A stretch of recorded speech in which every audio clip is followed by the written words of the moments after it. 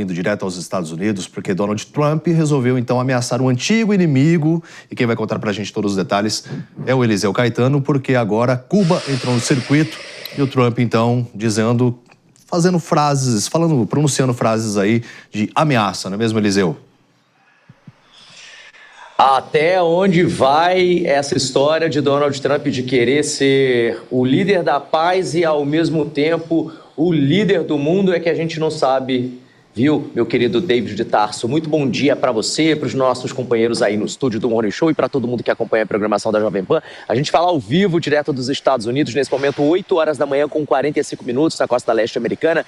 Temperatura de momento aqui no sul da Flórida, 20 graus Celsius na manhã dessa segunda-feira. Aliás, manhã chuvosa por aqui, viu? Só vim fazer a nossa entrada ao vivo aqui do lado de fora, porque eu sei que a nossa querida, amada, competentíssima diretora Helena Aidê ama quando eu mostro essas palmeiras da Flórida. Ela sente saudades da vida dela em Miami, viu? Agora, vamos para essa notícia que, aliás, saiu daqui de Miami. Donald Trump estava aqui no final de semana, como a gente sabe, de quinta a segunda. Ele vem para cá, ele deixa a capital americana, Washington DC, ele tem uma casa em Mar-a-Lago, ali em West Palm Beach, e ele, inclusive, despacha de um anexo que ele criou. Desse anexo foi que ele disparou essas mensagens aí nas redes sociais dele, viu? Declarando que os Estados Unidos e Cuba precisam urgentemente entrar num consenso, num acordo. Ele publicou uma série de mensagens consideradas por aqui pelos analistas políticos como contundentes, fortes em suas redes, e que afirmou que Cuba não receberá mais petróleo, tampouco dinheiro da Venezuela. E ainda sugeriu nesses posts que o governo cubano faça, abre aspas, um acordo com os Estados Unidos antes que seja tarde demais, fecha aspas. Essa declaração do presidente dos Estados Unidos representa uma escalada verbal das tensões entre Estados Unidos e Cuba. Vale lembrar que Cuba é aliado da Venezuela, é um aliado histórico da Venezuela e adversário histórico também das políticas estadunidenses desde a Revolução de 1959 e também desde, obviamente, a imposição posteriormente do embargo americano. Trump escreveu na Truth Social o seguinte: não haverá mais petróleo nem dinheiro indo para Cuba. E aí em caixa alta, que na linguagem da internet significa gritar, né? Zero. E intensificou a pressão ao afirmar que Cuba viveu por muitos anos com petróleo e apoio financeiro da Venezuela. Relações que agora, segundo ele, estariam encerradas. O presidente ainda acrescentou, viu? Sugiro fortemente que eles façam um acordo antes que seja tarde demais, fecha aspas. Mas Trump não especificou qual acordo seria esse, nem explicou que tipo de concessões ou mecanismos poderiam ser envolvidos nessa conversa. Agora, o que Trump quis dizer com esse acordo, né? É a pergunta que não quer calar na manhã dessa segunda-feira por aqui. Bom, os especialistas, ouvidos pelos principais periódicos do país, David, afirmam o seguinte, que ele quer interromper o fluxo de petróleo e de recursos financeiros da Venezuela lá para Cuba. Ele afirmou que isso, inclusive, já acabou. Agora, vou fazer uma aspas aqui, né? Um parênteses, né? Melhor dizendo. O governo venezuelano emitiu uma nota nesse final de semana, nota essa que nós, do jornalismo da Jovem Pan, tivemos acesso, dizendo que as relações Cuba-Venezuela permanecem a mesma. Ou seja, conflito de interesses, pelo menos no que tange aí a fala, a retórica. Donald Trump disse que é ele que segue comandando a Venezuela. Inclusive fez um post colocando ele no Wikipedia, que é aquele dicionário que as próprias pessoas fazem, né, lá na internet, dizendo que ele é o presidente interino da Venezuela. Algo que Delcy Rodrigues nega. E aí, ao mesmo tempo, nesse final de semana, David, ele disse a bordo do Air Force One, voando ontem para a capital americana, de que está se dando muitíssimo bem com Delcy Rodrigues. Meio confuso tudo isso, né? Se dá bem, mas não se dá, fala uma coisa, mas faz outra. Estranho, não?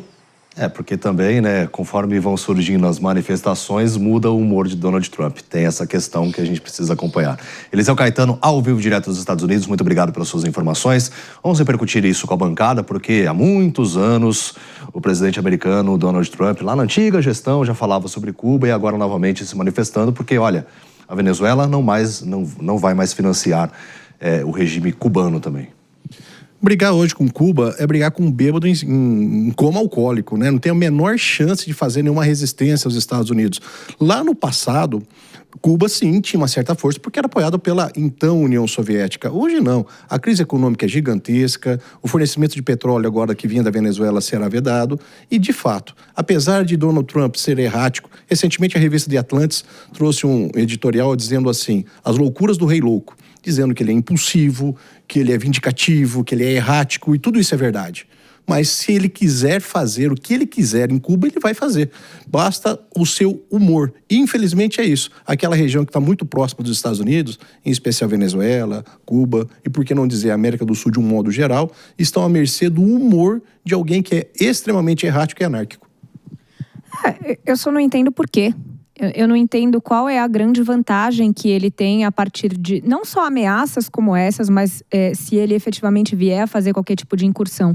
Porque, diferentemente da Venezuela, que havia ali uma comoção internacional por conta da ditadura e do que aconteceu nas eleições, tem um interesse econômico e o presidente Donald Trump deixou isso absolutamente claro nas suas manifestações depois da prisão de Maduro. Eu não entendo qual o motivo de mexer com Cuba neste momento. Acho que, como o Gesualdo trouxe, já teve um outro momento da história em que isso fazia algum sentido. Hoje é muito mais para tentar mostrar algum tipo de força de forma desnecessária e, ao meu ver, até aleatória, sinceramente. Sem dúvida alguma, Manu. Não, assim, eu acho que tem dois fatores. Primeiro, a gente não pode esquecer que Cuba segue sendo uma ditadura terrível que oprime o seu próprio povo, né? E isso é verdade. Assim como era o caso da Venezuela. Mas, ao mesmo tempo, sabemos também que não é essa a motivação de Donald Trump. O que ele deseja é mostrar justamente a supremacia americana no continente da América, né? Então ele tenta dividir o mundo em zonas de influência, dizendo que, olha, aqui nesse meu quintalzão, quem manda sou eu. E por isso ele deseja fazer com que todos os regimes acabem estando mais alinhados aos Estados Unidos, o que explica o porquê olhar para Cuba. Além disso, não podemos esquecer que Marco Rubio, seu principal assessor internacional, tem uma história pessoal com Cuba, né? Porque ele é filho de cubanos, sua família é uma família egressa de Cuba, foi para os Estados Unidos fugindo justamente da ditadura do regime dos irmãos Castro. Então, tudo isso entra nesse contexto de tentativa de influência para um realinhamento do regime cubano, se tornando mais próximo do governo americano. Esse é o desejo de Donald Trump. Até pela rede social ele disse que o Marco Rubio poderia assumir de forma interina Cuba, né? Então, assim, as manifestações vão surgindo e claro que a gente acompanha cada uma delas. Mas vamos para o nosso